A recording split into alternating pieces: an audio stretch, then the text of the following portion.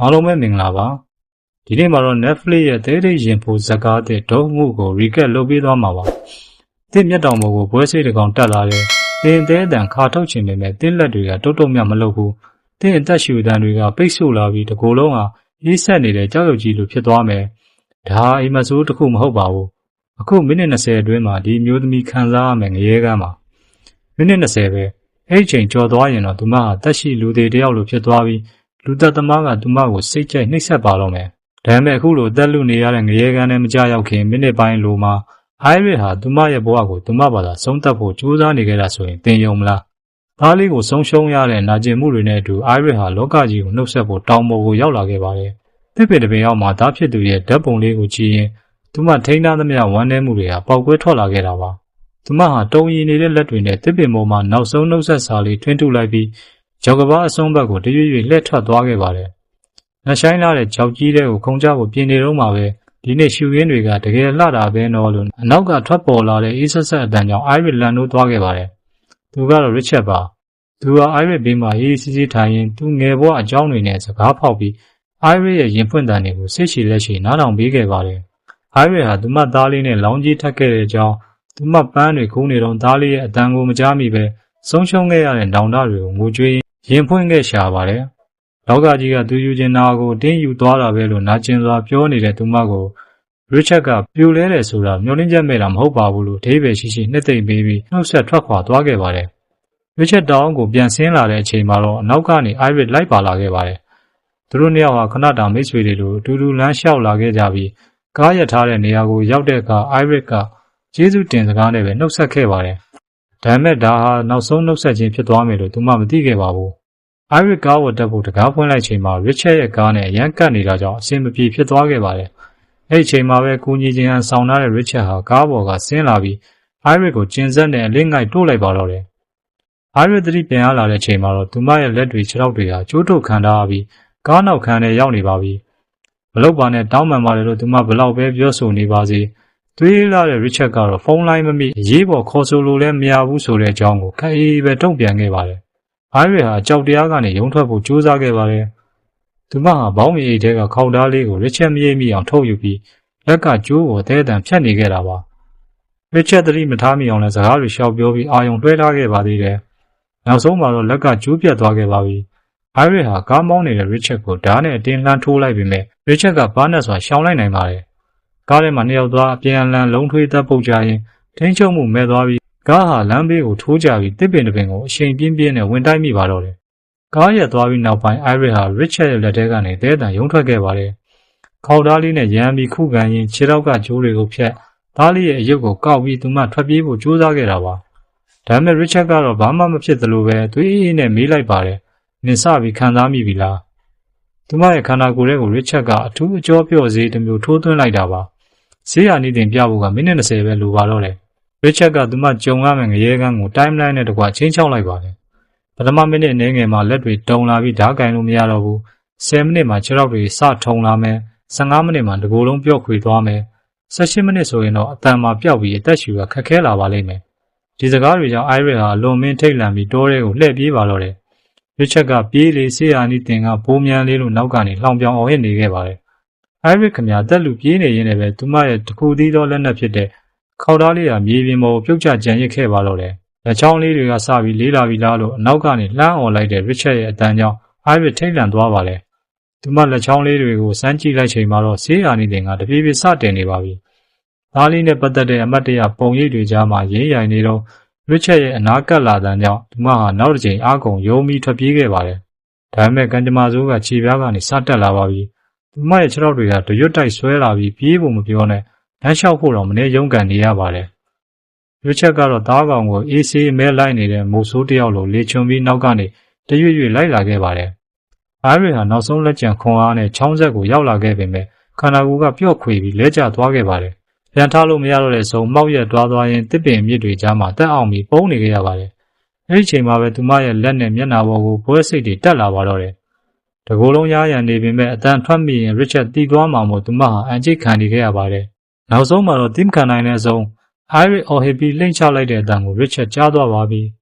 သူမဟာမောက်ရက်တွားသွားရင်ချောင်းထဲကိုဆင်းချလိုက်တဲ့အချိန်မှာတော့ရစ်ချတ်ကနေရေကူးနိုင်မှာမဟုတ်ဘူးလေလို့အော်ဟစ်နေပေမဲ့အိုင်ရစ်ရဲ့ခန္ဓာကိုယ်ကတော့ရေစီးတိုင်းမျောပါသွားပါတော့တယ်။ရေစီးတိုင်းမျောပါလာတဲ့အိုင်ရစ်ဟာကံကောင်းထောက်မှစွာနဲ့တစ်ကိုင်းတစ်ခုကိုဖမ်းဆွဲနိုင်ခဲ့ပါတယ်။သူမဟာအားရင်ကုန်ခန်းနေတဲ့ခန္ဓာကိုယ်ကိုကမ်းပေါ်ရောက်အောင်မနေတွားသွားခဲ့ရပေမဲ့ဆေးရနီတင်ကတော့အပြင်းထန်ဆုံးခြေအနေကိုရောက်လာပါပြီ။အတန်တွေဝင်သွားပြီးတက်ရှူရတာလည်းခက်ခဲလာသလိုနောက်ဆုံးမှာတော့မျက်လုံးဖွင့်လို့ရတာကလွဲရင်ဘာမှလှုပ်လို့မရတဲ့ကြောက်ရွံ့ကြီးတစ်ခုလိုဖြစ်သွားပါတော့တယ်။အဲ့ဒီချိန်မျက်ရည်နေတဲ့အဖိုးကိုပေကသူမကိုတွေ့သွားခဲ့ပါတယ်။အိုင်ရစ်ဟာစကားမပြောနိုင်တော့ပေမဲ့အဖိုးကိုမေးတဲ့မေးခွန်းတွေကိုလက်တောင်ခတ်ပြီးအသေးအတန်ချက်ပြခဲ့ပါတယ်။ခြေနေမဟန်မှန်းသိတဲ့အဖိုးကအိုင်ရစ်ကိုလက်တွန်းလဲတဲ့ထည့်ပြီးသူ့အိမ်ထဲကိုအမြန်ခေါ်သွားခဲ့ပါတယ်။ဒါပေမဲ့အိမ်ထဲရောက်တော့တိတ်မကြခင်မှာပဲတကားခောက်တန်တစ်ခုထွက်ပေါ်လာပါတယ်။အပြင်မှာဘသူရှိနေမလဲဆိုတာကိုအိုင်ရစ်ရိပ်မိလို့သူမဟာမျက်တောင်တွေကိုအဆက်မပြတ်ခတ်ပြီးအဖိုးကိုတတိပေးဖို့ကြိုးစားနေပါတော့တယ်။တကားဝရောက်နေတာကတော့တခြားလူမဟုတ်ပါဘူး။သွေးအေးလူသက်သမားရစ်ချတ်ပါ။သူကတော့ထုံးစံအတိုင်းလူကောင်းရောင်ဆောင်ပြီးသူဇနီးပြောင်းနေလို့ကူရှာပေးပါဆိုပြီးလိန်ညာပါတော့တယ်။အဖိုးဘေကရစ်ချတ်ကိုပြင်မာခိတ္တဆောင်ကိုင်းပြီးရဲတိုင်မှုကြိုးစားခဲ့ပေမဲ့ရစ်ချတ်ကတော့အိမ်ထဲကိုတင်းဝင်လာခဲ့တာပါ။အိမ်ထဲရောက်တဲ့ကအိုင်ရစ်ကိုရှာမတွေ့တော့လို့ရစ်ချတ်တယောက်မျက်မှောင်ကျုပ်သွားပါတယ်။ဒါပေမဲ့သူကရှုံးမပေးပဲသူဇနီးစိတ်ချမ်းသာရေးမကောင်းမှုဆိုပြီးအဖိုးကိုထပ်မံလှည့်စားဖို့ကြိုးစားပြန်ပါလေ။အဖိုးဘေကရစ်ချတ်ရဲ့လိန်ညာမှုတွေကိုရိပ်မိသွားပြီးအိမ်ပြင်ထွက်ဖို့မောင်းထုတ်လိုက်ပေမဲ့ရစ်ချတ်ကတော့ပြောင်ကျကျပဲသူမဗမာလဲလို့မေးခွန်းထုတ်လာပါပြီ။အိုးကအိုင်ရစ်ကိုကာကွယ်ဖို့ကိုရောင်ထဲမှာရှိနေတယ်လို့မျိုးလမ်းလွဲပြောပြီးရစ်ချတ်ကိုအလစ်ငိုက်တိုက်ခိုက်ပါတယ်။နှစ်ယောက်သားအပြန်အလှန်လုံးထွေးသက်ပုတ်ကြပေမဲ့နောက်ဆုံးမှာတော့ရက်ဆက်လာတဲ့ရစ်ချတ်ဟာဘိုးဘေကိုဓာတ်နဲ့ထိုးတက်ပြီးတက်ကိုနှုတ်ယူလိုက်ပါတယ်။အိုင်ရစ်ဟာခုံနောက်မှာပုံနေရင်ဒီကြောက်စရာကောင်းတဲ့မြင်ကွင်းကိုမျက်တောင်မခတ်တမ်းမြင်တွေ့နေရတာပါ။ရစ်ချတ်ဟာအိုင်ရစ်ကိုရှာမတွေ့တဲ့အဆုံးတက်တည်ဖြောက်ကိုအိမ်ကိုလက်စီလောင်ပြီးမိရှို့လိုက်ပါတယ်။မီးဟုံးတောက်နေတဲ့အိမ်ထဲမှာအိုင်ရစ်ဟာမိလောင်သေးရတော့မယ့်အခြေအနေကိုရောက်လာတာပါ။ရစ်ချတ်ကားမောင်းထွက်ဖို့ပြင်ချိန်မှာတော့အိုင်ရစ်ဟာနောက်ဆုံးလက်ကျန်ခွန်အားနဲ့လိုက်ကာကျိုးကိုဆွဲလုပ်ပြီးချက်ပြလိုက်ပါတယ်။လိုက်ကာလှုပ်နေတာကိုမြင်သွားတဲ့ရစ်ချတ်ဟာအိမ်ထဲကိုပြန်ဝင်လာပြီးမိလောင်နေတဲ့ကြားကအိုင်ရစ်ကိုဆွဲထုတ်ကားပေါ်ကိုမောင်းထွက်သွားပါတော့တယ်။ရစ်ချတ်ကကားမောင်းလာရင်စီကုံသွားတဲ့အတွက်လမ်းဘေးမှာစီဆိုင်တစ်ဆိုင်ကိုဝင်လိုက်ပါတယ်။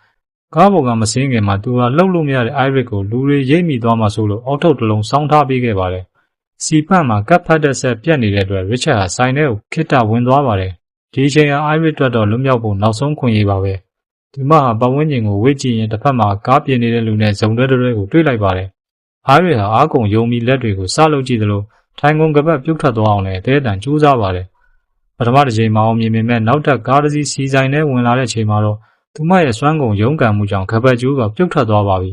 ။အိုင်ရစ်ဟာဘေးကိုစောင်းပြီးလဲလိုက်တဲ့အတွက်ဟုံးထုတ်ပြုတ်ကျသွားပြီးသူမရဲ့မျက်နှာဟာကားမှန်ပေါ်ကိုကတ်သွားပါတယ်။ဆက်ရောက်လာတဲ့ကားရဲ့ကလေးငယ်ဟာမှန်ပေါ်ကအိုင်ရစ်ကိုတွေးပြီးနားကိုရောက်လာခဲ့ပေမဲ့အိုင်ရစ်ခင်ဗျာဘာမှပြန်မပြောနိုင်ပဲစိုက်ကြည့်နေုံကလွဲလို့ဘာမှမတတ်နိုင်ရှာပါဘူး။ကလေးမေရောက်လာပြီးသူမကိုတွေးသွားချိန်မှာတော့ရစ်ချတ်ဟာဆိုင်ထဲကနေမြန်ထွက်လာပါတယ်။ကန်ဆိုးလာကကလေးမေဟာဘာမှမရိပ်မိပဲသူမရဲ့ကလေးကိုခေါ်ပြီးထွက်သွားခဲ့တာပါ။ရစ်ချတ်ဟာကားပေါ်ကိုပြန်တက်လာပြီးအိုင်ရစ်ရဲ့ကပတ်ကိုပြန်ပတ်ပေးရင်ကားတိုက်ခဲ့တဲ့နေရာဟောင်းကိုပဲပြန်မောင်းထွက်လာပါတော့တယ်။ရစ်ချတ်ဟာတိုက်မိထားတဲ့ကားဟောင်းကြီးကိုပြန်ဆွဲဖို့ပြင်နေတော့မှပဲမမျှော်လင့်မဲ့ရဲကားတစ်စီးဆိုက်ရောက်လာပါတယ်။ကားထဲမှာမှိုင်တွေနေတဲ့အိုင်ရစ်ကိုတွေ့သွားတဲ့ရဲရရှိဟာကားမှန်ကိုခောက်ပြီးစစ်ဆေးဖို့ကြိုးစားပါတော့တယ်။ရစ်ချတ်ကတော့ထုံးစံအတိုင်းသူမိမကအမြဲမူနေတာပါဆိုပြီးလိန်ညာခဲ့ပေမဲ့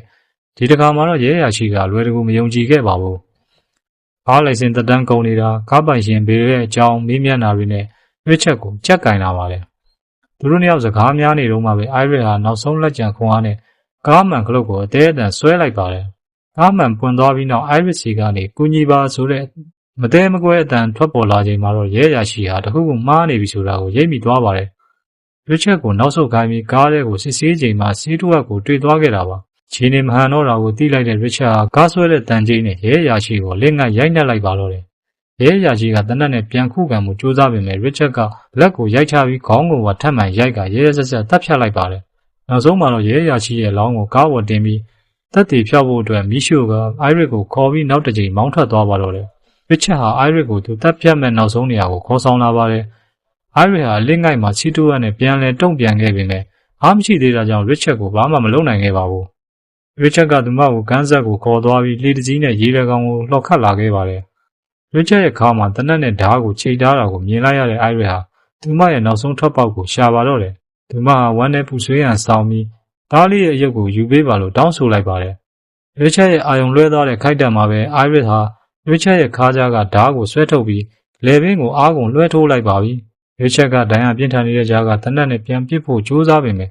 Iris ကလေကိုရိမ့်ထိုးအောင်လုပ်လိုက်တာကြောင့်သူဟာရေထဲကိုပြုတ်ကျသွားပါတယ်။ Richard လေပေါ်ပြန်တက်ဖို့ကြိုးစားချိန်မှာတော့ Iris ကလေပေါ်မှာကြံခဲ့တဲ့တနက်ကိုယူပြီး Richard ကိုအသေးလဲပစ်ခတ်လိုက်ပါတယ်။ဒါပေမဲ့ကြီးစံတွေကလေကိုပါထိမှန်သွားတာကြောင့်လေထဲကိုရေတွေဝင်လာပြီးမြုပ်သွားပါတော့တယ်။ဆေးရည်တင်ပြေစားပြုတ်နေပြီဖြစ်တဲ့ Iris ဟာရေထဲမှာအသက်လူကူးခတ်ရင်နောက်ဆုံးမှာတော့ကန်းဆက်ကိုဘေးကင်းကင်းနဲ့ပြန်လည်ရောက်ရှိသွားပါတော့တယ်။ Iris ကကန်းဆက်မှာခဏတာမောက်ရက်လဲကျနေခဲ့ပေမဲ့သူမရဲ့စိတ်ဓာတ်ခွန်အားကြောင့်အာတင်ပြီးပြန်ထလာနိုင်ခဲ့ပါတယ်။ဆေးရည်တင်တွေလည်းပြေစားပြုတ်နေပြီဖြစ်လို့သူမရဲ့ခန္ဓာကိုယ်ဟာအရင်လိုပြန်လည်လှုပ်ရှားလို့ရနေပါပြီ။နီးနားမှာပဲသွေးရည်ထဲမှာလဲကျပြီးတက်ငင်နေတဲ့ Richard ကိုသူမတွေးလိုက်ရပါတယ်။ Richard ဟာအောင်နိုင်သူတယောက်လိုဟန်ဆောင်ခဲ့ပေမဲ့အခုတော့မြေပြင်ပေါ်မှာရှင်လျက်နဲ့တည်နေရသူဖြစ်သွားပါပြီ။ Iris ဟာသူ့အနားကိုအေးစစ်စစ်လျှောက်သွားပြီးတခွန်းနဲ့သောစကားကိုပဲပြောလိုက်ပါတယ်။ကျေးဇူးပဲ။စောပိုင်းကသူမကိုသူမသက်သေကိုစူးစမ်းခဲ့တဲ့ Iris ဟာအခုတော့အသက်ရှင်ခြင်းရဲ့တန်ဖိုးကိုနားလည်သွားခဲ့ပါပြီ။သူမဟာအတိတ်ကနာကျင်မှုတွေကို Richard ရဲ့အလောင်းနဲ့တူခြံထားရစ်ခဲ့ပြီး